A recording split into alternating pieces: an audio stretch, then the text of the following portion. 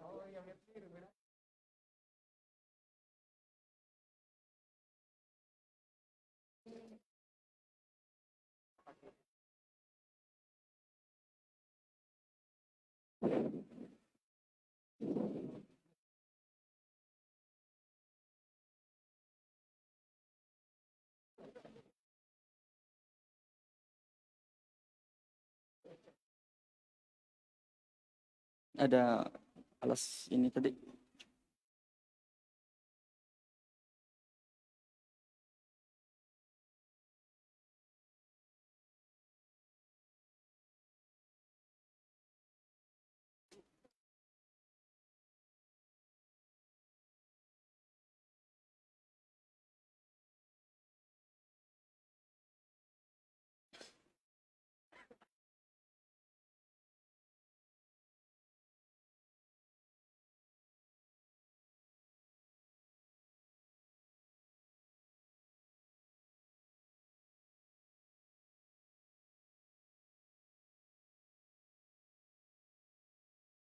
Enggak ada. Bismillahirrahmanirrahim. Assalamualaikum warahmatullahi wabarakatuh. Abda bismillahi musta'ina, radin bihi mudabbira mu'ina. Alhamdulillahi kama hadana ila sabilil haqqi wajtabana. Ahmaduhu subhanahu wa ashkuruh. ومن مساوي عملي أستغفره وأستعينه على نيل الرضا وأستمد لطفه فيما قضى أشهد أن لا إله إلا الله وحده لا شريك له وأشهد أن محمدا عبده ورسوله لا نبي بعده أما بعد معاشر الحاضرين yang dirahmati oleh Allah Subhanahu wa taala. Alhamdulillah, dengan izin Allah Subhanahu wa taala, acara hari ini, acara tablik akbar kita ini berjalan dengan lancar. Maka semestinya kita mensyukurinya. Dan saya kira hampir semua kita sudah tahu apa tema kita pada pertemuan terakhir pada hari ini, yaitu praktek moderasi Islam dalam kehidupan sahabat dan para imam. Baik. Tema ini adalah tema yang sangat penting. Tema yang sangat bagus karena dengan sikap moderat, sikap wasatiyah, sikap pertengahan, hidup kita ini bisa menjadi lebih baik. Oleh karena itu, Imam Malik rahimahullahu ta'ala pernah berkata, La tuslihu akhir hadhil ummah illa ma aslaha awwalaha. Tidak akan baik umat ini, umat akhir zaman ini, kecuali apa yang membuat baik generasi sebelumnya, yaitu generasinya para sahabat. Maka kalau kita ingin baik, ikuti para sahabat, ikuti para imam. Perkataan ini sebetulnya diriwayatkan oleh Imam Malik dari gurunya Wahab bin Kaisan. Dan beliau rahimahullah Wahab bin Kaisan tidak akan bangkit dari majelisnya kecuali beliau mengucapkan perkataan ini kepada para muridnya. Sehingga Imam Malik begitu hafal ini perkataan. La yuslihu akhiru hadhil ummah illa ma aslaha awwalaha. Tidak akan baik umat akhir zaman ini kecuali apa yang membuat baik pendahulu mereka. Baik, para hadirin yang dirahmati oleh Allah Subhanahu wa taala. Makna dari perkataan beliau ini adalah bahwa umat ini tidak akan baik hidupnya, tidak akan baik agamanya, tidak akan istiqomah keadaannya, dan tidak akan teratur keadaannya di atas Islam dan sunnah kecuali dengan menempuh jalannya para sahabat, para imam yang sering kita ungkapkan dengan istilah para salaf. Jadi kalau kita ingin baik, ikuti mereka. Karena mereka adalah generasi terbaiknya umat ini.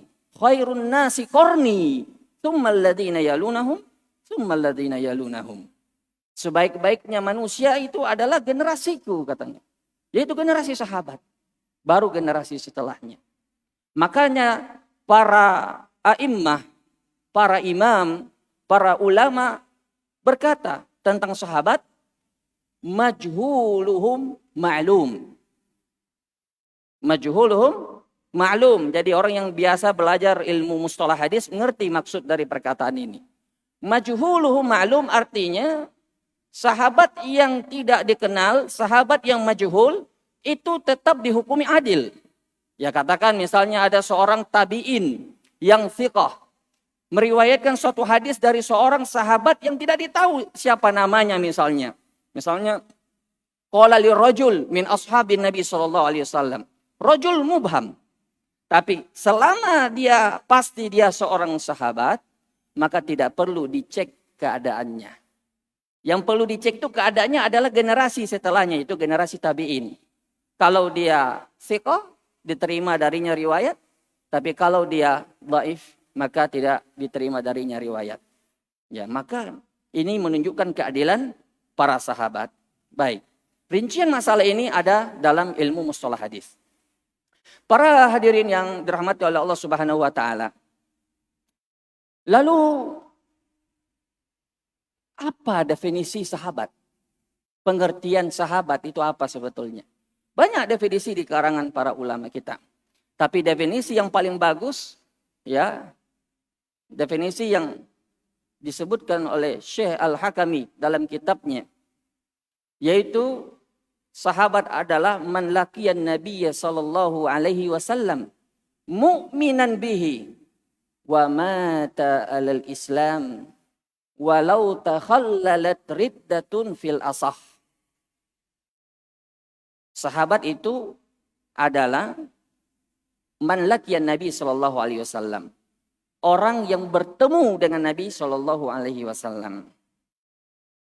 Ya, orang yang bertemu Nabi sallallahu alaihi wasallam lebih afdol definisinya daripada definisi yang mengatakan orang yang melihat Nabi sallallahu alaihi wasallam. Man ra'an nabiyya sallallahu alaihi wasallam. Supaya apa? Supaya masuk ke dalamnya juga sahabat yang bertemu dengan Nabi tapi tidak melihat Nabi. Contohnya sahabat yang buta. Mereka bertemu Nabi tapi tidak melihat Nabi. Contohnya adalah Abdullah bin Ummi Maktum. Tidak ada perbedaan pendapat oleh seorang sahabat, tapi beliau tidak melihat Nabi. Nah. Mu'minan bihi, beriman kepada beliau. Wa mata alal Islam.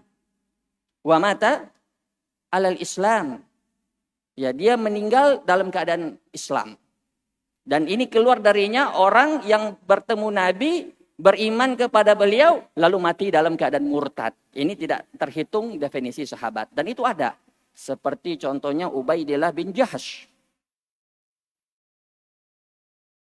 Walau takhallalat riddah. Walaupun sempat dia murtad sebelum meninggalnya. Sempat murtad kemudian masuk lagi ke dalam Islam. Ini terhitung sebagai sahabat. Seperti contohnya sahabat yang mulia yang bernama Al-Ash'ath bin Lais. Beliau datang kepada Abu Bakar sebagai tawanan, lalu kembali masuk Islam. dan diterima keislamannya. Nah, inilah definisi sahabat. Fil asah, ya menurut pendapat yang lebih tepat. Ini menunjukkan di sini ada khilaf, ada perbedaan pendapat di kalangan para ulama. Baik, saya bilang tadi sahabat itu adalah pentolannya para salaf, imamnya para salaf. Jadi mereka ini adalah orang pilihannya Allah, orang khusus yang Allah karuniakan kepada mereka kekhususan. Di antaranya selain dari apa yang telah kita sebutkan tadi, ya, ada lagi kekhususan mereka yang lain yang sangat istimewa. Di antaranya adalah mereka menyaksikan turunnya wahyu. Kepada mereka diturunkan wahyu. Di antaranya mereka radhiyallahu taala anhum menerima ajaran Islam ini langsung dari baginda Rasulullah sallallahu alaihi wasallam. Jadi mereka talaki, mereka menerima ajaran Islam itu tanpa perantara, langsung lewat Nabi sallallahu alaihi wasallam. Ini mengapa kita mesti merujuk kepada pemahaman mereka. Di samping lagi mereka juga orang yang amanah dalam menyampaikan agama ini kepada kita. Tidak menambahnya dan tidak menguranginya. Maka dari itulah kita perlu pemahamannya para salaf, pemahamannya para sahabat, karena hal-hal yang telah kita sebutkan tadi. Oleh karena itu, kalau kita mengikuti pemahaman kita masing-masing, inilah yang menyebabkan terjadinya perpecahan. Inilah yang menyebabkan terjadinya penyimpangan. Ya. Di sini saja kita lihat ada ribuan kepala yang hadir. Mungkin warnanya bisa sama-sama hitam, ada yang warna putih, songkoknya. Tapi isinya berbeda-beda. Cara berpikirnya juga berbeda-beda. Maka kita perlu patokan, kita perlu rujukan, kita perlu standar yang sama agar kita tidak berpecah. Agar kita bisa bersatu di atas pemahaman yang benar. Itulah pemahamannya para salaf. Para hadirin dirahmati oleh Allah Subhanahu wa taala. Jadi inilah ya yang menyebabkan mereka ini perlu kita ikuti. Jadi mereka ini orang yang amanah dalam menyampaikan agama ini. Sehingga mereka ini orang yang diberi kekhususan oleh Allah. Makanya ijma'nya sahabat, kesepakatannya para sahabat, konsensusnya para sahabat itu adalah hujjah. Tidak boleh seorang melanggarnya. Barang siapa yang melanggar kesepakatan ijma'nya para sahabat dengan sengaja, maka wajib dia diperingati, wajib dia ditahdzir. Dia harus. Karena dia telah mengaburkan kebenaran dari umat. Membuat umat bingung. Dan mereka juga, dan dia juga menyebabkan ya, orang pusing terhadap agamanya. Ya, menyebarkan kerancuan dalam beragama. Karena sengaja menyelisih pemahaman para salaf ini adalah penyimpangan yang nyata. Baik. Jadi itu tentang keutamaan sahabat. Kenapa kita perlu mengikuti mereka. Mari kita lihat, sekarang kita berbicara tentang praktek moderasi yang dicontohkan oleh para sahabat. Kita mulai dari praktek moderasi yang diajarkan oleh Nabi kepada istrinya Zainab bintu Jahsh. Yaitu, ya pertama kita mulai dulu dari hadis yang diriwayatkan oleh Umar dulu ya. Praktek moderasi yang diajarkan oleh Nabi pada sahabat. Ya, berasal dari sahabat yang mulia Umar bin Khattab radhiyallahu taala anhu. Beliau berkata, "Nuhina anit takalluf." Rawahul Bukhari. Kami dilarang oleh Nabi sallallahu alaihi wasallam dari takalluf, yaitu dari memberat-beratkan diri, dari beragama secara berlebih-lebihan. Dan ini berlaku untuk segala hal. Jadi nuhina di sini kami dilarang. Siapa yang melarang para sahabat? Nabi Shallallahu Alaihi Wasallam. Jadi hadis ini ya hukumnya dihukumi marfu. Karena kalau sahabat bilang nuhina, apalagi Umar yang berkata, itu yang melarang itu adalah Rasulullah. Berarti ini adalah hadis dari Rasulullah SAW. Nuhina anit takalluf. Kita dilarang ya dari sikap memberatkan diri. Jadi larangan memberatkan diri ini jamaah sekalian berlaku secara umum. Ya, dan ini akan kita jelaskan. Tapi perlu juga saya ingatkan bahwa Islam ini yang kita pelajari hari ini tentang moderasi yaitu Islam yang pertengahan. Tidak memberat-beratkan tapi tidak juga bergampang-gampangan. Wasat, pertengahan, moderat. Inilah Islam yang diajarkan oleh Rasulullah SAW. Memang betul kita tidak boleh berlebihan, tidak boleh memberat-beratkan. Tapi kita juga tidak boleh bergampang-gampangan. Nah, sebagian orang kan kita sering dengar. Ya, kalau dia lihat anaknya sering pergi ikut pengajian. Apa dia bilang sama anaknya? Kamu jangan terlalu ekstrim dalam beragama. Jangan terlalu kaku. Biasa-biasa sajalah. Ya. Ini dilarang, itu tidak boleh, ini tidak boleh. Ya biasa-biasa sajalah dalam beragama. Ya. Ini sebetulnya pernyataan ini tidak sepenuhnya salah. Kita memang harus beragama biasa-biasa saja, tidak boleh ekstrim dalam beragama. Karena Nabi mengatakan ad-dinu yusr, agama ini mudah. Agama ini mudah. Tapi masalahnya adalah kalau yang dimaksud dengan biasa-biasa saja, ya seperti kebanyakan orang hari ini, ya biasa tidak sholat, ya biasa tidak puasa. Nah ini biasa-biasa saja bagi mereka. Biasa tidak pakai jilbab kalau perempuannya. Itu katanya agama yang biasa-biasa saja. Nah ini bukan juga ajaran Islam yang seperti ini. Jadi Islam itu tidak membenarkan juga sikap yang menggampang-gampangkan. Jadi Islam itu pertengahan. Selama dia sesuai dengan tuntunan Rasulullah SAW, pakai hijab dia, sholat dia tepat waktu 5 waktu di masjid. Itu bukan ekstrim. Itulah wasatiyah yang sebenarnya. Itulah sikap pertengahan dan moderat yang sebenarnya. Jadi kita harus punya standar yang jelas. Nah, jamaah sekalian yang dirahmati oleh Allah Subhanahu wa taala. Oleh karena itu para ulama, para imam mengajarkan kita beberapa kaedah berkaitan dengan perintah dan larangan agar kita selalu berada di atas pertengahan, di atas sikap moderat dalam beragama ini. Yang pertama, kaedah la wajibah ma'al ajaz. Yang kedua, la makruha ma'al hajah. Yang ketiga, la harama ma'ad darurah. Yang pertama, la wajibah ma'al ajaz. Apa itu? Tidak ada kewajiban jika tidak mampu dilakukan. La wajibah ma'al ajaz. Jika tidak mampu, maka tidak wajib. Makanya Nabi SAW mengatakan apa?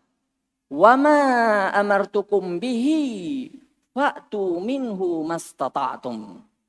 Apapun yang saya perintahkan kepada kalian, maka lakukan mastata'tum sesuai dengan kadar kemampuan kalian. Dan ini banyak sekali pintu-pintu ibadah dalam bab ini, dalam kaidah ini. Kita tidak mampu berdiri dalam sholat fardu, boleh duduk. Nabi mengatakan, sholli qa'iman, fa illam tastati' fa qa'idan. Nabi mengatakan, sholatlah berdiri, karena berdiri adalah rukun sholat bagi yang mampu. Tapi kalau tidak mampu, boleh duduk. Begitu juga dalam bab wudu, tidak mampu wudu, boleh tayamum. Misalnya kita sakit, atau kita tidak mendapatkan air, maka kita boleh tayamum. Wa idza lamastumun nisaa falam tajidu ma'a fatayammamu sa'idan thayyiban. Dan bahkan sampai amar ma'ruf nahi mungkar sekalipun, sesuai dengan kadar kesanggupan.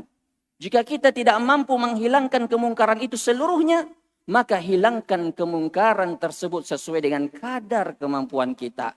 Apa kata Nabi? Man ra'a minkum munkara falyughayyirhu biyadihi fa illam yastati' fa bilisani fa illam yastati' fa biqalbi wa dzalika adhaful iman.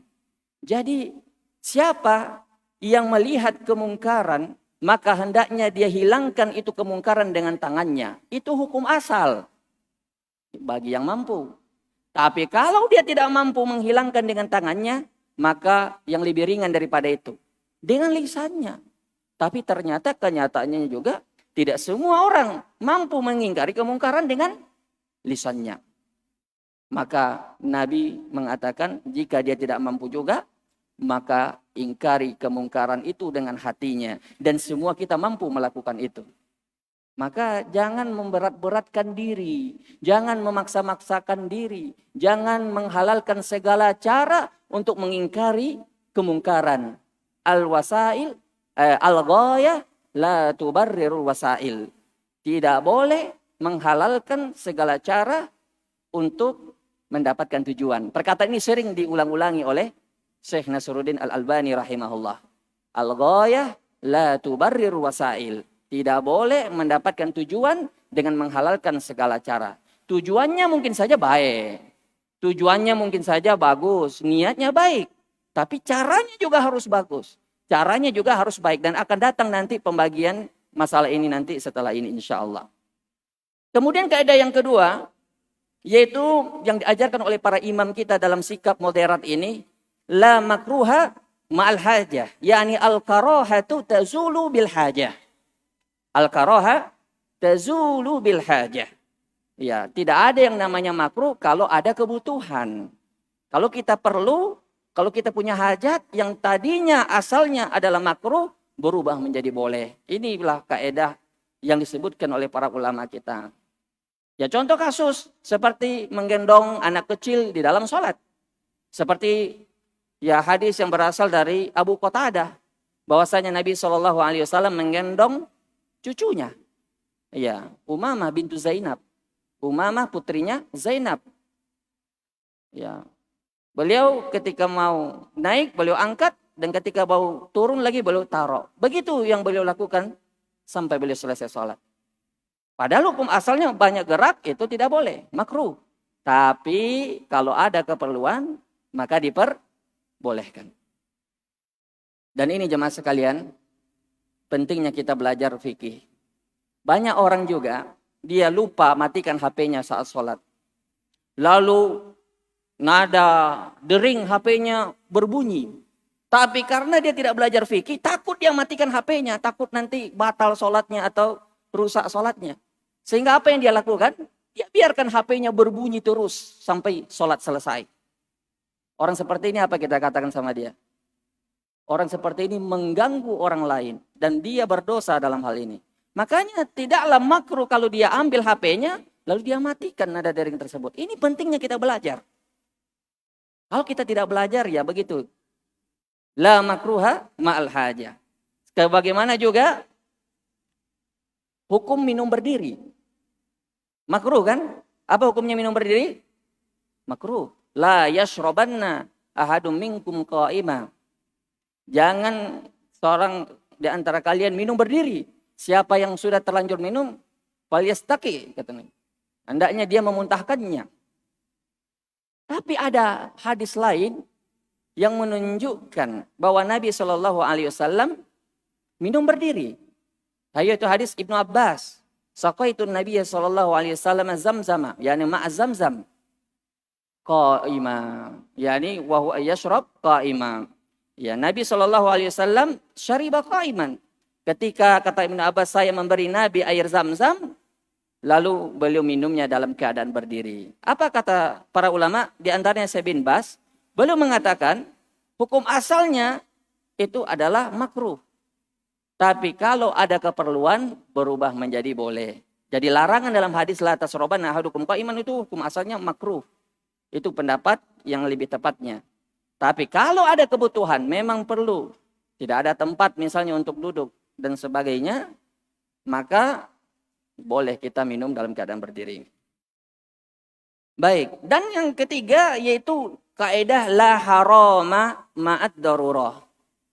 Tidak ada yang haram dalam keadaan darurat. Kalau Syekh Shalih Al-Utsaimin dalam kitab Manzumah Usul Fikihnya, beliau dan wa qawaidihi, beliau mengatakan wa kullu mamnu'in falit darurati yubah. Setiap yang dilarang kalau darurat maka diperbolehkan. Kalau ulama lain mengungkapkannya ad-daruratu tubihul mahzurat. Perkara yang darurat membolehkan sesuatu yang dilarang, yang diharamkan. Seperti misalnya bangkai. Kalau kita tidak punya pilihan lain selain makan bangkai, kita bisa terkena bahaya kalau kita memakannya dan tidak ada penggantinya. Dan ini definisinya darurat.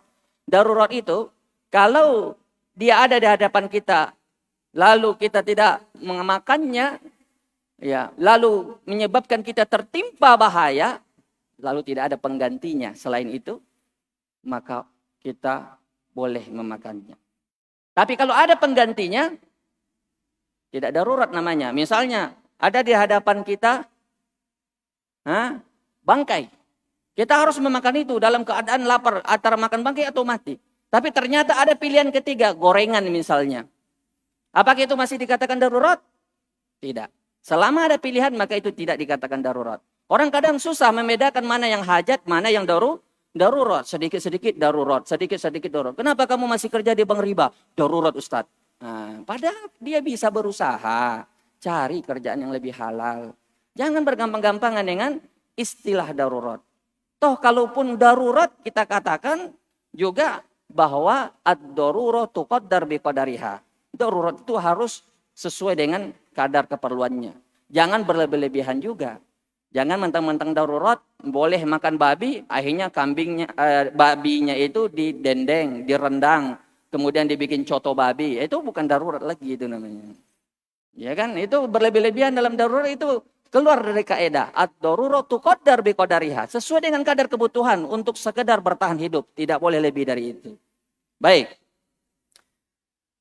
Jemaah sekalian yang dirahmati oleh Allah Subhanahu wa taala. Sebagaimana Nabi kita Shallallahu alaihi wasallam juga mengajarkan praktek moderasi, praktek pertengahan, praktek wasatiyah dalam beribadah. Jadi dalam ibadah sekalipun kita tidak boleh berlebih-lebihan. Jadi kita tidak boleh memberatkan diri kita dalam beribadah. Makanya dalam suatu hadis Nabi mengatakan, ahabbul a'mali ilallah adwamuha wa inqal. Amalan yang paling dicintai Allah itu adalah amalan yang istimror, yang continue, yang berkesinambungan, yang tidak terputus, walaupun amalan itu sedikit. Jadi amalan yang dicintai oleh Allah itu bukan amalan yang banyak, tapi terputus. Tapi amalan yang dicintai oleh Allah itu adalah amalan yang sedikit tapi continue. Dan ini akan kita lihat. Pertama datang dari istri Nabi, Zainab bintu Jahsh. Ya, beliau ini seorang ahli ibadah. Istri Nabi Zainab bintu Jahsh, seperti yang diriwayatkan oleh Bukhari dan Muslim.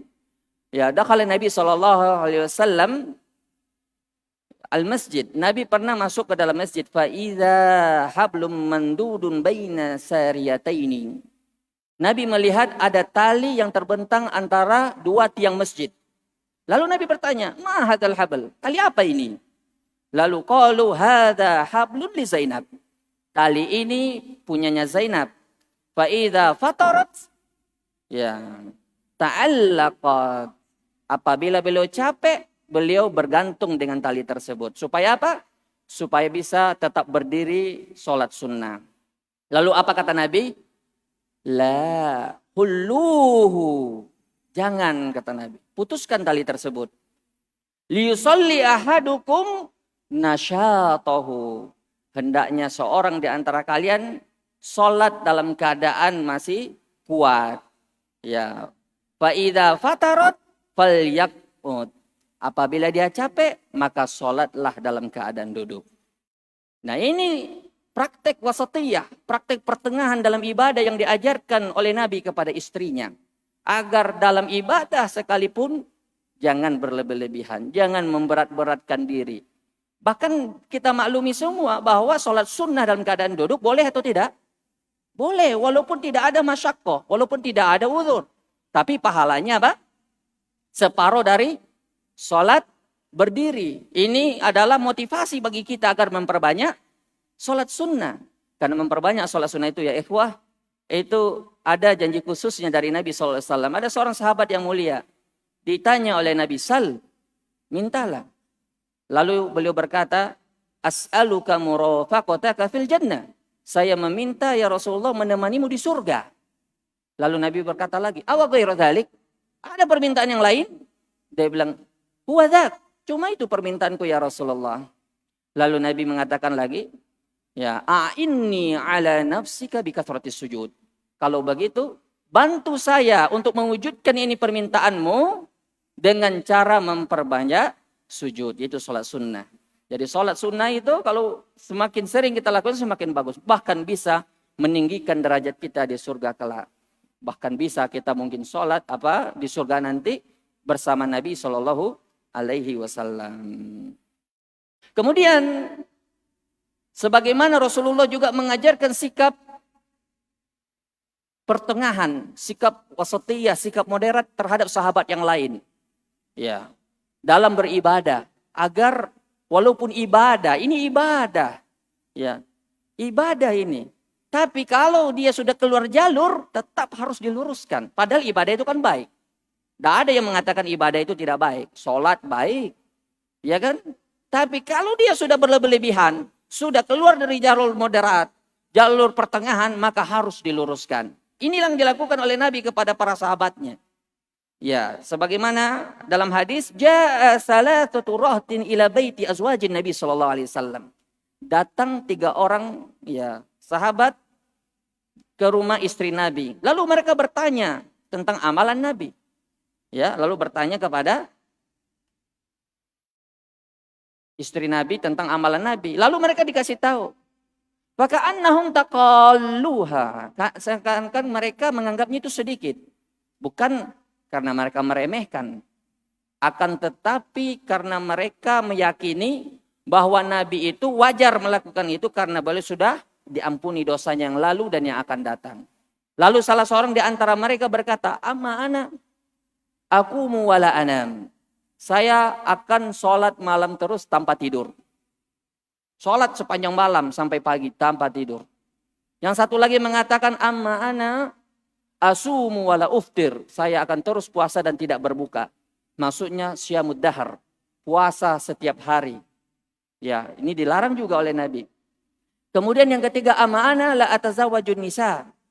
Saya tidak mau menikah. Supaya apa? Karena keyakinannya kalau menikah itu bisa menghalanginya dari ibadah. Sehingga dia ingin fokus untuk beribadah dengan tidak menikah. Ternyata Nabi bukan malah memuji mereka. Tapi justru Nabi memarahi mereka. Menasehati mereka. Antum lati taquluna hadza. Kalian yang bilang begini dan begini.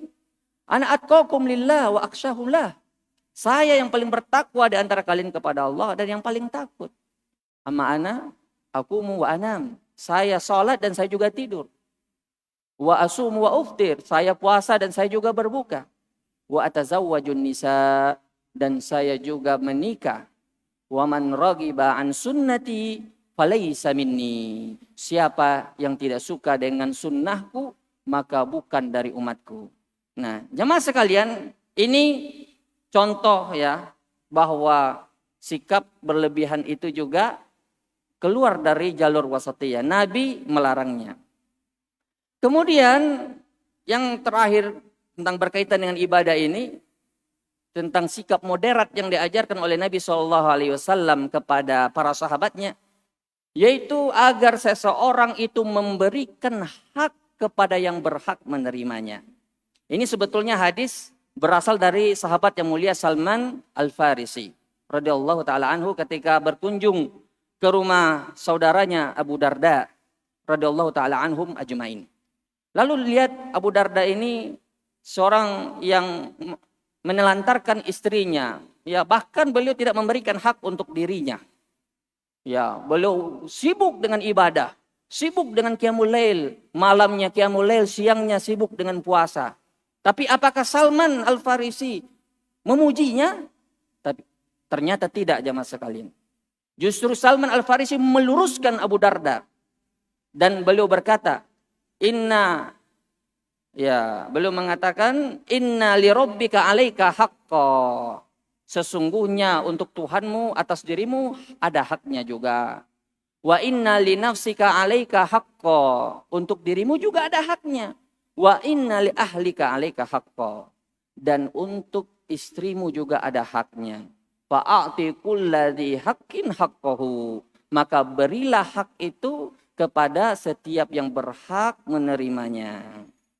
Nah, ini sifat wasatiyah yang dipelajari oleh Salman dari Nabi Shallallahu Alaihi Wasallam, sifat moderat yang sebenarnya. Lalu Abu Darda datang kepada Nabi dan Nabi mengatakan, ya inna Salmana a'lamu minka. Dalam riwayat, inna Salman qad utiya ilma. Ya, dalam riwayat shadaqa Salman. Ya, Salman itu lebih tahu darimu. Dalam riwayat lain, Salman telah diberi ilmu oleh Allah. Dan dalam riwayat lain, shadaqa Salman. Betul yang dikatakan oleh Salman. Baik. Jadi jemaah sekalian, niat baik saja itu ternyata tidak cukup untuk kita bisa menjadi hamba Allah yang moderat. Ya. Kan zaman sekarang itu banyak juga orang yang berdalih dengan niat baik. Ya, yang penting niatnya kan baik. Yang penting tujuannya baik. Nah, berarti itu boleh dilakukan. Nah, ini tidak benar. Allah mengatakan dalam Al-Quran, suatu amalan itu hanya mau diterima oleh Allah kalau terkumpul padanya dua syarat. Faman kana yarju liqa'a rabbih falyamal amalan solihah. Itu syarat pertama. Dia harus beramal soleh. Syarat yang pertama ini maksudnya adalah sesuai dengan tuntunan Nabi SAW. Wala yusyrik bi'ibadati rabbih ahada. Dan jangan dia mempersekutukan Allah dengan apapun. Dan ini adalah syarat ikhlas murni karena Allah. Maka ada dua syarat diterimanya amalan. Tidak cukup dengan niat baik saja. Tapi harus sesuai dengan tuntunan juga. Jadi kalau begitu, syarat yang pertama adalah apa? Ikhlas lillahi ta'ala. Ikhlas semata-mata karena Allah. Dan yang kedua, al-mutaba'ah li Rasulillah sallallahu alaihi wasallam. Maka dari sisi diterimanya amalan ini, dari dua syarat diterimanya amalan ini, manusia itu terbagi menjadi 4. Ya, dari sisi diterima amalan ini, dari dua syarat ini, manusia itu terbagi menjadi 4. Yang pertama, ada manusia yang ikhlas karena Allah dan amalannya sesuai dengan tuntunan Rasulullah. Ini yang diterima oleh Allah. Golongan yang kedua, dia hanya ikhlas kepada Allah, tapi tidak sesuai dengan tuntunan Rasulullah. Ini dikatakan para ulama amalannya adalah amalan bid'ah, tertolak. Man amila amalan laisa alaihi amruna fahuwa rad. Siapa yang melakukan amalan tidak ada contohnya dari kami, maka dia tertolak. Walaupun dia capek melakukannya, habis hartanya, tidak peduli. Yang penting tidak sesuai tuntunan, tidak diterima. Golongan yang ketiga, ya ikhlas dia karena Allah. Ya, dia tidak ikhlas, dia sesuai dengan tuntunan Rasulullah. Ya kan? Yang ketiga, sesuai dengan tuntunan Rasulullah, tapi tidak ikhlas karena Allah. Masya Allah, amalannya sesuai tuntunan. Tapi tercampur dengan kesyirikan. Inilah seperti hadis yang masyhur, hadis Abu Hurairah. 3 orang yang pertama kali nanti dihisap di hari kiamat, yang diseret ke neraka sebelum penyembah berhala disiksa. Yaitu yang pertama orang mati syahid. Yang kedua orang yang dermawan. Yang ketiga orang yang alim, orang yang qari. 3-tiganya ini terkumpul pada satu dosa. Sama-sama beramal karena riya. Karena ingin dibilang, ingin dipuji, bukan karena Allah. Sehingga mereka yang tadinya mestinya itu adalah amalan yang besar, justru berubah menjadi dosa besar. Makanya ulama menyebutkan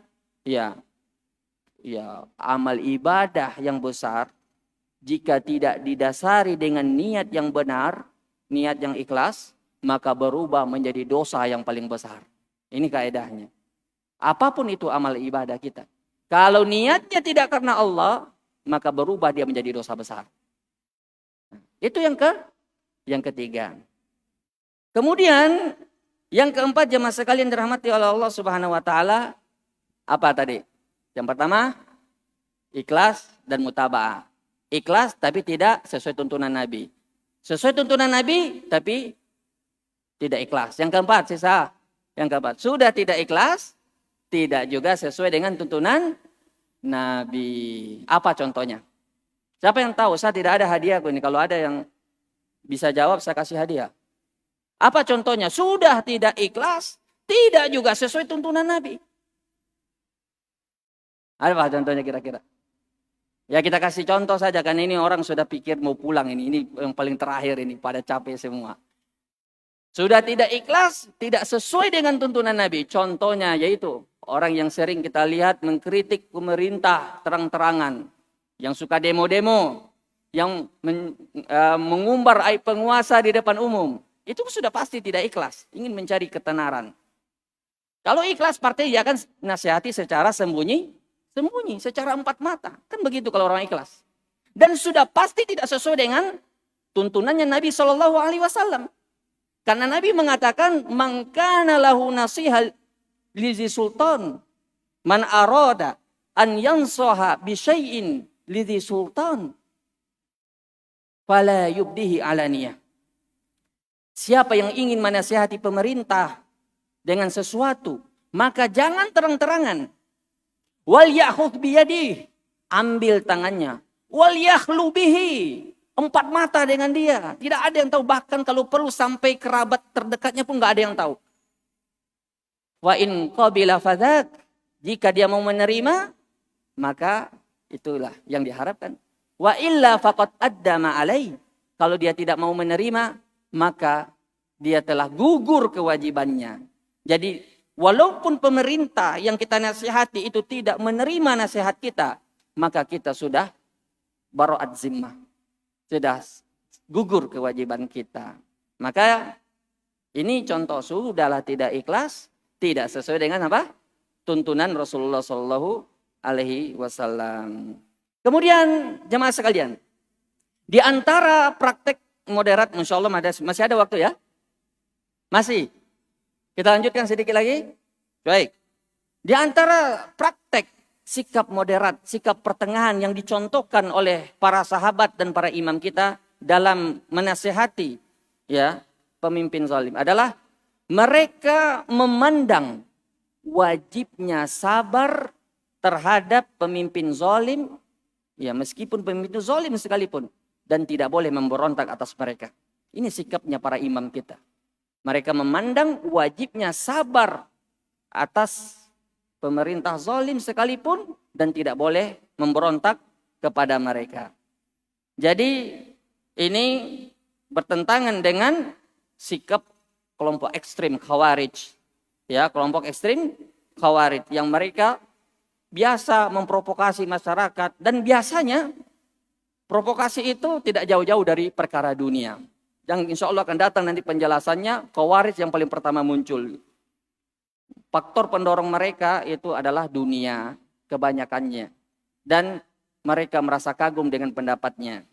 Jadi mereka kelompok ekstrem ini biasa memprovokasi orang-orang awam, memprovokasi masyarakat untuk memberontak kepada pemerintahnya. Jadi inilah praktek moderasi yang dicontohkan terhadap pemimpin yang zalim sekalipun. Seperti yang dikatakan oleh Al-Allama Al-Syekh Abdul Aziz bin Baz, beliau berkata, "Laisa min manhajis salaf, ya, laisa min manhajis salaf at-tashhir bi uyubil wula." Bukan termasuk manhaj salaf ya dengan mengumbar keaib penguasa, dan bukan manhaj salaf menyebutkan aib penguasa di mimbar-mimbar. Akan tetapi ya cara yang metode yang dilakukan oleh para salaf adalah menasihati para penguasa dengan empat mata. Tidak di depan umum, tidak diumbar aibnya di media, tidak diumbar aibnya di halaqah-halaqah, di tempat tarbiyah-tarbiyah. Wah, ini banyak orang-orang ini menyebutkan aib-aib pemerintah, ya isi kajiannya aib pemerintah saja yang dia bahas. Ini jauh dari sifat moderat, jauh sekali dari sifatnya para imam dan para sahabat. Makanya kelompok ekstrem ini, ya, ini awal bibit munculnya itu di zaman Rasulullah itu sudah ada, yaitu Dzulkhuwaisirah. Ya, seperti yang dikatakan oleh Ibnu Jauzi dalam kitabnya Talbisul Iblis. Beliau wafat tahun 597 Hijriah. Beliau berkata, Ya, awwalul khawarid wa akbahum halu Dzulkhuwaisirah. Khawarid yang paling pertama muncul dan paling jelek adalah Dzulkhuwaisirah. Dia memberontak kepada Nabi. Lalu datang fase kedua di masa Utsman. Dia memprovokasi orang-orang Mesir, orang-orang negeri Syam untuk memberontak kepada Utsman, untuk mendemo Utsman di Madinah. Akhirnya Utsman mati terbunuh di situ. Kemudian fase ketiga di masanya Ali. Ya, di fasanya Ali bin Abi Thalib yang Ibnu Abbas mengatakan 6.000 orang jumlah mereka. Kemudian didebat oleh Ibnu Abbas. Akhirnya mereka sampai tidak bisa membantah hujahnya Ibnu Abbas radhiyallahu taala anhu. Dan tobat dari 6.000 itu 4.000 orang. Dan masih bertahan 2.000 orang. Lalu 2.000 orang ini dihabisi, ditumpas oleh Ali bin Abi Thalib. Inilah fase mereka ini. Orang yang berlebih-lebihan dalam ya beragama. Makanya Ibnu Abbas sebetulnya ingin mengajarkan sikap moderat yang diajarkan oleh Nabi kepada para sahabat. Jangan memahami Al-Quran kecuali dengan pemahamannya para sahabat. Makanya orang Khawarij ini mengkafirkan Ali ini dengan Al-Quran. Wa man lam yahkum bima anzalallahu faulaika humul kafirun. Bayangkan Ali, manusia yang terbaik di zamannya, dikafirkan pakai Al-Quran. Bayangkan. Dan satu pun di kalangan mereka itu tidak ada kalangan sahabat. Makanya pemahaman mereka keliru. Makanya kata para ulama, sihhatul adillah la tadullu ala sihhatil istidlal. Dalilnya sahih, tapi cara memahami dalilnya belum tentu sahih. Mereka cuma mengambil lafaz dari Al-Quran. Mereka cuma menghafalnya. Tapi mereka meninggalkan pemahamannya. Mereka pemahamannya jauh dari pemahaman moderat. Dari pemahamannya para salaf. Ya. Dan Ibnu Abbas ingin mengajarkan dekat dengan penguasa, dekat dengan pemerintah bukan berarti menjilat. Karena memang ya penguasa dan ulama ini dibutuhkan oleh umat. Makanya ya dakwah kalau mau berkembang harus dapat dukungan dari pemerintah. Sebagaimana ya pemerintahan kalau mau stabil harus dapat dukungan dari ulama. Maka alangkah indahnya perkataan seorang penyair, al-mulku bid-dini yabqa. Ya kekuasaan bergandengan dengan agama itu stabil. Nah, wad-dinu bil mulki yaqwa. Dan apabila agama bergandeng dengan kekuasaan, maka dia akan kuat. Nah, inilah yang perlu kita perhatikan. Makanya kalau menginginkan kebaikan untuk negara yang tercinta ini, untuk daerah kita yang tercinta ini, maka jangan sibukkan umat dengan hal-hal yang tidak penting. Jangan sibukkan mereka dengan fikul waqi', fikih-fikih realita, apalagi disibukkan dengan masalah-masalah politik yang selalu berubah-ubah. Nah, tapi sibukkan mereka dengan apa yang dikatakan oleh Syekh Nasruddin Al-Albani, kalau ingin merubah kondisi umat, ingin merubah kondisi anak muda, maka harus dibangun di atas dua kaidah, yaitu kaidah tarbiyah dan tasfiyah. Yaitu mendidik mereka agama yang benar dan membersihkan akidah mereka dari penyimpangan-penyimpangan. Membersihkan ibadah mereka dari bid'ah-bid'ah. Ini yang mestinya dilakukan. Bukan malah menyibukkan umat dengan politik-politik, dengan fikih waqi', bahasa mereka fikih realita. Sibukkan dengan agama. Ajar mereka bahasa Arab. Ajar akidah yang sahih. Ajar mereka tauhid. Ajar mereka ibadah yang sesuai dengan tuntunan Rasulullah Sallallahu Alaihi Wasallam. Dengan demikian akan terjadi perubahan menjadi lebih baik. Alhamdulillah, di tempat kita banyak untuk mengajarkan itu. Di Maros ini ada Mahat Utsman bin Affan, betul tidak? Silakan kalau ingin belajar yang benar bahasa Arab dan akidah menurut pemahaman para imam, banyak mahat-mahat kita. Alhamdulillah. Di Maros ada Mahat Utsman bin Affan, di Makassar ada Mahat Sunnah Bajirupa, ada Mahat Tobik, ada di Goa Mahat Al-Ihsan. Wah, banyak sekali kalau kita mau sebutkan satu persatu. Nah, ini yang mesti dilakukan. Kita didik umat ini, didik pemuda ini dengan hal yang bermanfaat bagi mereka. Dan yang terakhir, karena tadi waktunya dibilang 5 menit, saya curi waktu karena saya terlambat, tapi bukan salah saya. Saya sebetulnya tadi sudah siap, tapi karena salah orang di jalan, macet tadi soalnya. Iya. Orang di jalan yang salah tadi, kenapa di macet ya? Yang terakhir, pembahasan kita berkaitan dengan masalah praktek moderasi dalam kehidupan sahabat dan para imam ini adalah dalam masalah akidah. Masalah akidah ini jamaah sekalian adalah tauqifiyah. Berhenti pada pemahamannya salaf. Tidak boleh kita berijtihad padanya. Maka apa yang dipahami oleh salaf, itulah yang kita pahami. Inilah kalau kita mau selamat dari ketergelinciran pemahaman-pemahaman yang rusak. Ya makanya ketika Allah misalnya berfirman dalam Al-Quran, Waja'a rabbuka wal malaku soffan soffa. Waja'a rabbuka. Tuhanmu datang. Ya, itu apa akidah kita tentang ayat ini? Apakah waja'a amru rabbika? Datang perintah Tuhanmu atau memang Tuhan itu datang secara hakiki?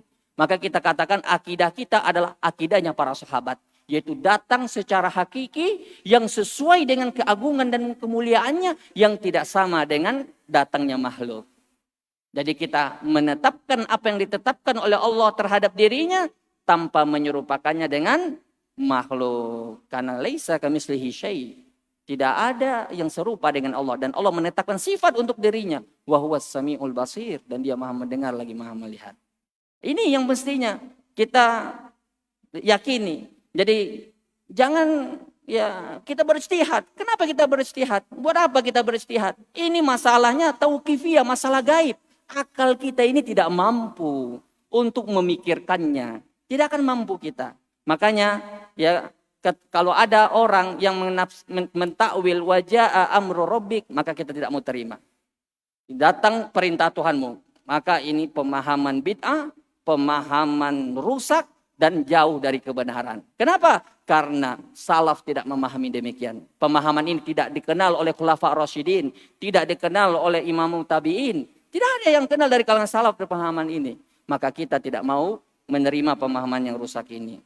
Seperti juga bal yadahu mabsutatan. Kedua tangan Allah terbentang. Yakni tangan yang hakiki. Tangan yang hakiki. Allah memiliki dua tangan yang hakiki yang sesuai dengan keagungan dan kemuliaannya. Dan begini semua di bab sifat. Maka kita tidak boleh berijtihad dalam masalah ini. Karena ini sifatnya tauqifiyah. Makanya kalau kita renungi jemaah sekalian. Ya, kalau kita renungi, banyak kelompok-kelompok menyimpang dari masalah akidah ini. Banyak kelompok-kelompok yang tersesat dari memahami akidah yang benar. Tidak lain, tidak bukan. Karena mereka cuma mengambil nas, lafaznya saja dari Al-Quran dan Sunnah. Tapi mereka tidak mengambil pemahamannya dari pemahamannya para sahabat dan para imam. Nah, itu yang menjadi masalah mereka. Mereka cuma mengambil ayatnya. Coba lihat Mu'tazilah. Mu'tazilah berdalil dengan keyakinan rusak mereka bahwa Allah tidak dilihat dari hari kiamat dengan Al-Quran. Lantaroni. Kata mereka, kamu tidak akan melihatku. Yakni melihat Allah selama-lamanya. Lan li ta'bid. Ya seperti yang disebutkan oleh Zamakhsyari dalam Al-Kasyaf. Dalam tafsirnya. Itu dari Al-Quran. Mereka berdalil. Tapi masalahnya mereka di mana? Bukan di Al-Qurannya. Tapi dari pemahamannya. Jadi mereka cuma ambil lafaz Al-Qurannya, tapi meninggalkan pemahaman salafnya. Ini semua kelompok sesat, itu masalahnya terletak di sini. Jadi itu ya yang kita sebutkan. Jadi kalau kita lihat, ada 3 usul sumber dari kita menerima akidah kita. Yang pertama, kita tidak mengambil akidah kita kecuali dari Al-Quran dan Sunnah. Yang kedua, kita tidak memahami Al-Quran dan Sunnah kecuali dengan pemahamannya para salaf. Dan yang terakhir, yang ketiga, yaitu kita jadikan akal ini sebagai wasilah untuk memahami nas, untuk memahami Al-Quran dan Sunnah. Jadi akal ini mengikuti dalil, bukan sebaliknya. Bukan dalil yang ikuti akal. Karena akal kita ini lemah. Ya jangan jadikan akal sebagai pemimpin terhadap dalil. Kalau seandainya penjahit itu mau memotong pakaian, meterannya kalau pakaiannya yang kepanjangan, meterannya yang dipotong atau pakaiannya yang dipotong? Ya, kalau meterannya yang dipotong, tidak ada meteran yang benar kan? Ya pakaiannya yang dipotong. Begitu juga kalau dalil tidak mampu diterima oleh akal, dalil yang benar, dalil ikut akal. Makanya ketika Allah mengatakan wa yabqa wajhu rabbik, tidak usah lagi akal tanya-tanya, oh masa Allah punya wajah? Bagaimana itu wajah Allah? Perlu itu akal menanyakan sampai ke situ. Allah mengabarkan dia punya wajah. Tapi Allah tidak mengabarkan bagaimana wajahnya. Maka pertanyaan bagaimana wajah Allah itu tidak mungkin bisa dijawab. Sebagaimana misalnya sabda Nabi, wa yanzilu rabbuka ila sama'id yanzilu rabbuna ila sama'id dunya fi kulli sulusil akhir minal lail. Tuhan kita turun ke langit dunia di setiap sepertiga malam terakhir. Nah, tidak perlu lagi akal kita bertanya, kalau Allah turun ke langit dunia, berarti arsy Allah kosong. Bagaimana itu arsinya kosong berarti? Terus sepertiga malam terakhir, itu waktu daerah mana itu? Waktu Makassar kah? Waktu Maros? Waktu Jakarta? Waktu Sumatera? Kan beda-beda waktunya, berarti Allah turun-turun terus. Itu bukan area akal. Allah mengabarkan dia turun, ya kan? Tapi Allah tidak mengabarkan bagaimana dia turun. Maka tidak usah kita pertanyakan. Itu yang dilakukan sahabat. Makanya Imam Malik apa beliau katakan? Ketika beliau ditanya tentang istiwa. Al-istiwa ma'lum. Wal kaifiyah majhul. Istiwa itu maklum, ditahu makna istiwa. Tapi caranya majhul, tidak ditahu. Karena Allah tidak kabarkan. Wassu'alu anhu bid'ah. Dan bertanya tentang perkara itu bid'ah. Kenapa bid'ah? Karena sahabat tidak menanyakannya kepada Nabi. Maka orang itu diusir oleh Imam Malik. Makanya dalam masalah akidah kita harus jadikan akal ini tunduk kepada dalil. Maka sekali lagi saya tekankan, akidahnya para imam, akidahnya para sahabat adalah akidah yang paling wasatiyah. Dalam masalah takdir, ya akidahnya para salaf pertengahan antara Jibriyah dan Qadariyah. Antara orang yang menafikan takdir dan orang yang berlebih-lebihan terhadap takdir. Yaitu Jibriyah. Katanya kita ini seperti daun kering yang ditiup angin. Tidak punya pilihan sama sekali. Atau seperti mayat di tempat pemandian. Tidak ada pilihan kita sama sekali. Qadariyah sebaliknya. Qadariyah mengatakan tidak ada itu takdir. Kita yang menciptakan, kita punya perbuatan sendiri. Maka datang ya Ahlus Sunnah di pertengahan. Bahwa kita punya pilihan, ya kita yang menentukan perbuatan kita sendiri. Tapi sesuai dengan kehendak Allah. Makanya dua kayak akidah ini langsung dibantah oleh Allah dalam Al-Quran dalam 2 ayat. Siapa yang tahu? Liman sya'a minkum ayyastaqim. Ini bantahan untuk siapa? Liman sya'a minkum. Untuk Jibriyah yang meyakini bahwa manusia tidak memiliki kehendak. Liman sya'a minkum kata Allah. Bagi siapa yang berkehendak? Bagi manusia memiliki kehendak. Ayyastaqim. Wa ma tasha'una illa yasha Allah. Dan kalian tidak bisa berkehendak kecuali atas kehendak Allah. Dan ini bantahan untuk Qadariyah. Sebagaimana dalam masalah dosa besar, Ahlus Sunnah pertengahan antara Murji'ah dan Wa'idiyah, yaitu Khawarij dan Mu'tazilah. Jadi para imam, para sahabat itu pertengahan antara ya orang Murji'ah yang menganggap walaupun mereka melakukan dosa besar, tapi dia tidak berpengaruh imannya. Sebagaimana orang Wa'idiyah mengatakan pelaku dosa besar itu kafir. Ya, sedangkan Ahlus Sunnah mengatakan dia berdosa dengan dosanya tapi tidak sampai kafir. Nah, barangkali waktu kita sudah habis dan saya mohon maaf kalau ada kepanjangan. Mudah-mudahan ya dengan mempelajari sikap ini kita bisa memahami sikap wasatiyah yang sebenarnya, kita bisa mengamalkannya dalam kehidupan kita, dan sebagaimana apa yang dikatakan oleh Wahab bin Kaisan kepada muridnya, la yuslihu akhir hadhil ummah illa ma aslaha awwalaha. Tidak akan baik umat ini kecuali apa yang membuat baik generasi sebelumnya. Aku qouli hada wa astaghfirullah li wa lakum lisairil muslimina min kulli dzam. Assalamualaikum warahmatullahi wabarakatuh.